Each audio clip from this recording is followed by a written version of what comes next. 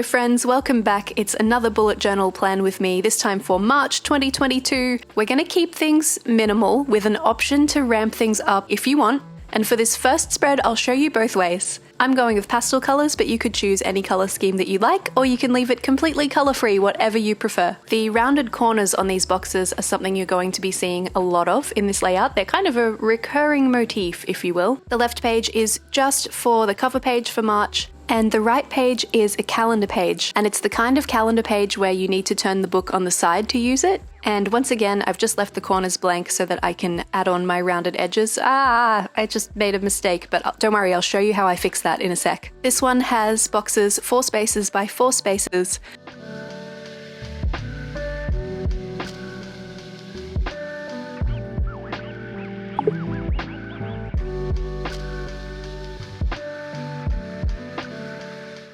I'm using 4 beautiful pastel Tombow dual brush pens for this particular setup, and this color scheme, although it was actually inspired by some washi tapes and a little set of post-it notes that I recently picked up, I realized while I was editing this video that they're actually the colors of my website, which is a fun coincidence. I guess they're just my favorite colors.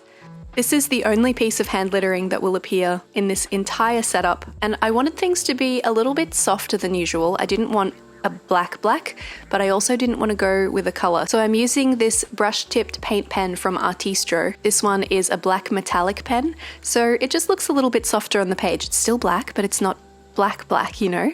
Every one of these boxes has a little, kind of like a tab, I guess. You know when you have one of those expandable folders? That's sort of what I was going for here. And I'm using them as a place to add headings. So in this case, I'll pop 2022, and the names for each day of the week into the ones at the top of these boxes.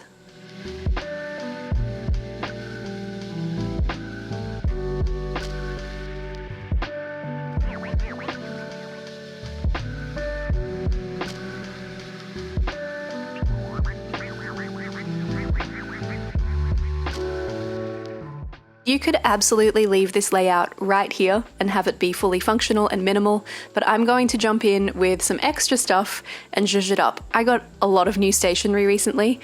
You may have seen my wish haul video. I have another one coming soon that quite a bit of the stuff in this video is from, so keep an eye out for that. It's very exciting.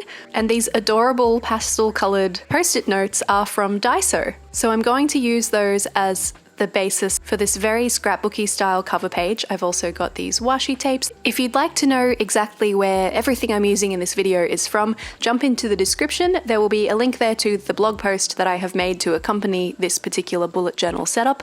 And on that blog post is a list of everything that I've used and where it's from, so that if you'd like to get your hands on those too, it's possible for you. You can also find all my social media information down there in the description as well if you'd like to follow me in other places, mostly just Instagram. I find with these collagey, scrapbooky, stickery layouts, it's just trial and error, just positioning things, moving them around. And do you know what? You don't need to see me do the whole process for this calendar page. It's basically the same thing I did on the cover page, so let me just fast forward for you here. And I'm just adding a little dot in the top left corner of each of my calendar boxes, alternating through the colors again, so that we can get that representation of all these pretty pastels on the page. Adding in the number for each day of the week, and this is where I'll pop in any events for specific days that I will then transfer into my weeklies when I'm getting down to the nitty-gritty of what needs to be done and where needs to be gone through the week. The next page has 3 boxes on it. One is my gratitude log, one is for some goal setting for the month of March, and the other is my currently box, which is where I note down anything that I'm currently into. So that could be podcasts that I'm listening to, audiobooks that I'm listening to, TV shows that I'm watching, or books that I'm reading. Anything like that can go in that section. It doesn't really serve a greater purpose besides me looking back through my journal in a few years' time and going, "Aw," but I don't know, I like to have it. I think it's nice to have. This particular spread with the gratitude, goals, and currently on the left side, and the right side is going to be my phone and sleep tracker. It's going to be pretty full by the end of the month, so I'm not going to be doing a great deal of decoration. I'm just going to be using the heading spaces with each of the pastels in, kind of as the decoration.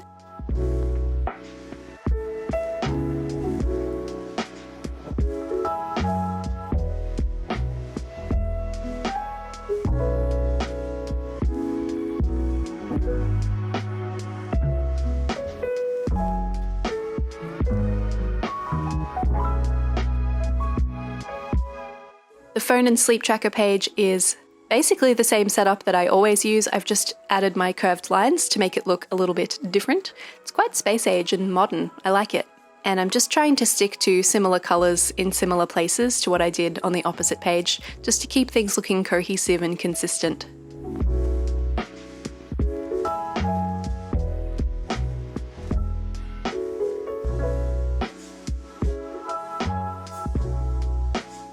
The next part is a whole lot of writing numbers, so I'll spare you.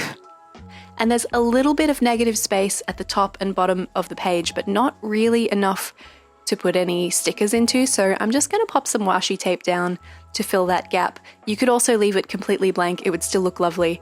And don't you think with the gratitude section there, the pink where the initial and the number for each day goes, and the green that's on the heading kind of reminds you of watermelon? It really reminds me of watermelon, which is appropriate because in February when I'm setting this up, it's summertime in Australia and it tends to stay warm quite far into autumn in my city, in Brisbane, so watermelon will be sticking around for a little while yet.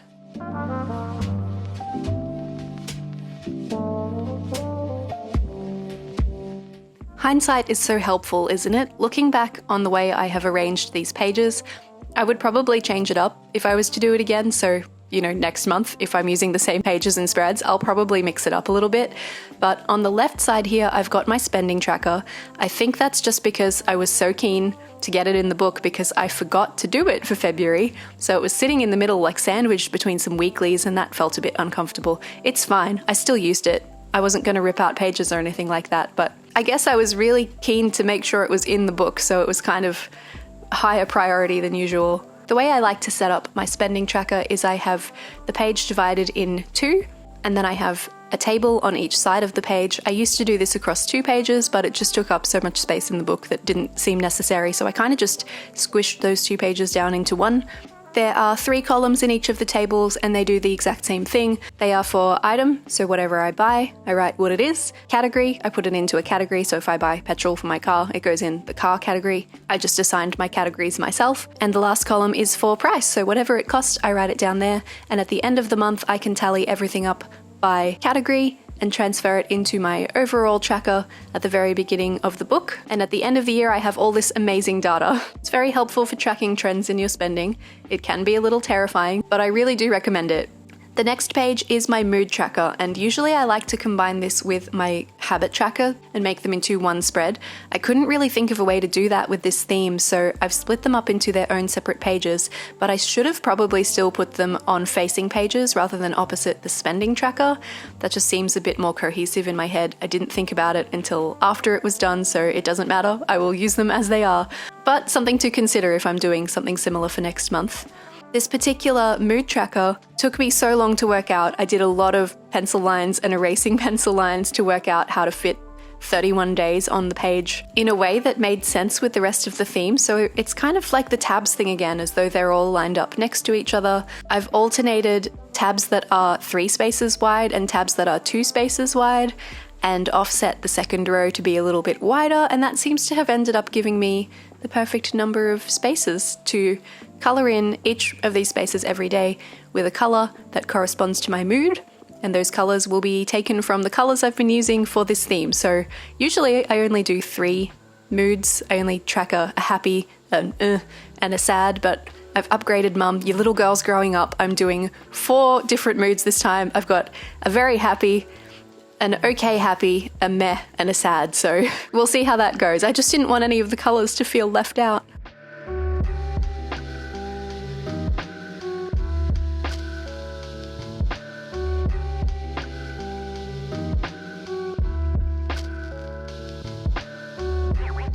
So for instance, if I'm meh on the first, I will colour it in green, and that's how that's going to work.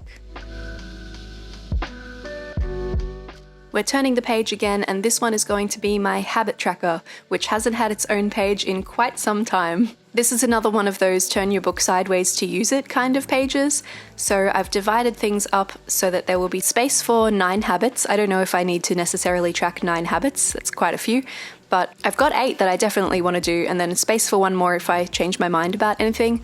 So the way this will work is I will have the numbers from 1 to 31 for each day of the week, and also the initials, Monday to Friday, etc. Just the initial for each of those above the corresponding day, and I like to have those at both the top and the bottom of the tracker so that it's easy to keep things in line. Sometimes you can get a bit confused as you get towards the bottom of the page if you only have those numbers along the top. And then each time I complete a habit on that day, I'll just add a little dot in the space that corresponds, and then I can really see if my habits are becoming habitual or not. You win some, you lose some, right?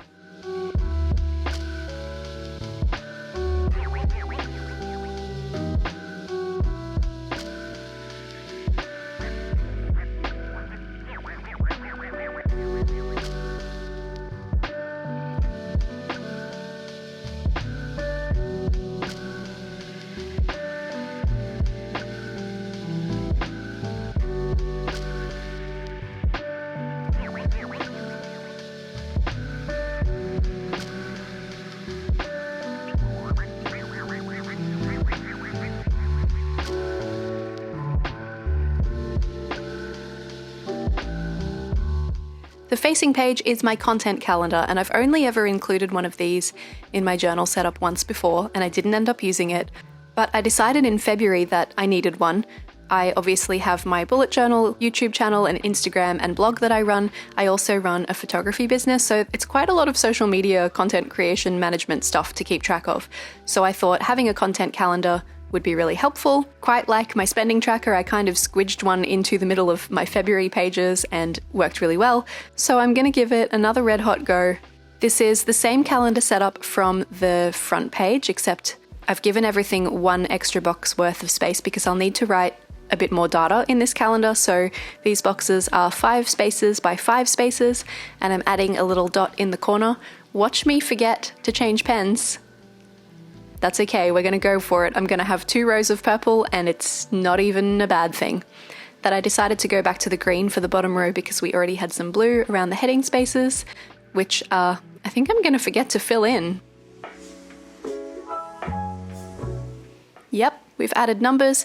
I'm going to add a little key down the bottom so that I know which color corresponds to what, because I'll be highlighting everything that I add into this calendar so I can see quickly where it belongs.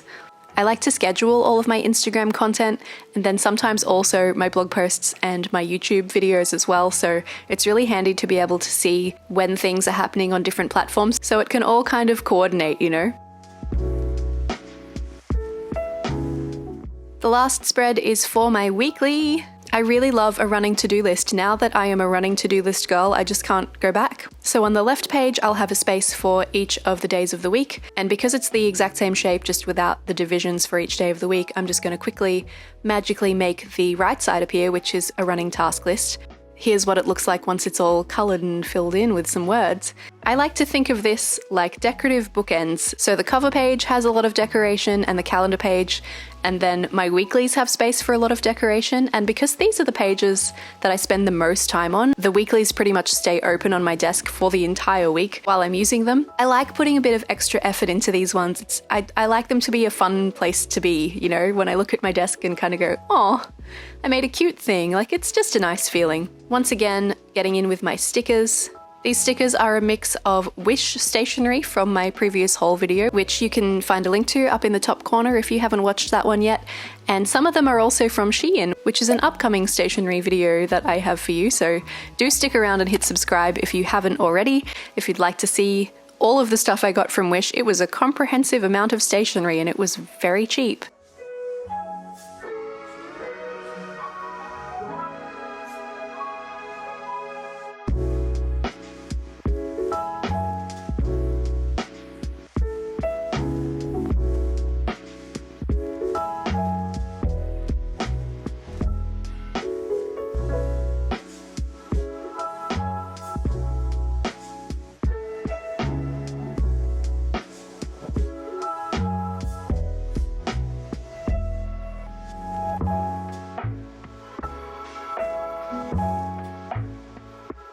And we are all set for the month of March.